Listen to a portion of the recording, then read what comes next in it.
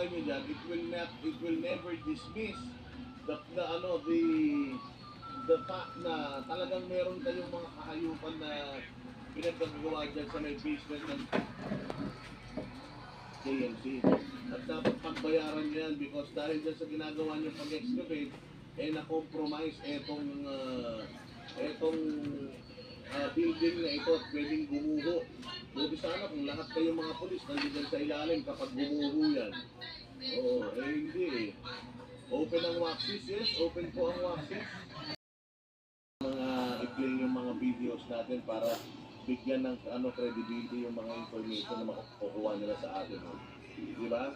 So talagang dito, alam mo, kitang-kita mo, maling-mali talaga na yung kanilang cathedral, yung kanilang simbahan ay isara.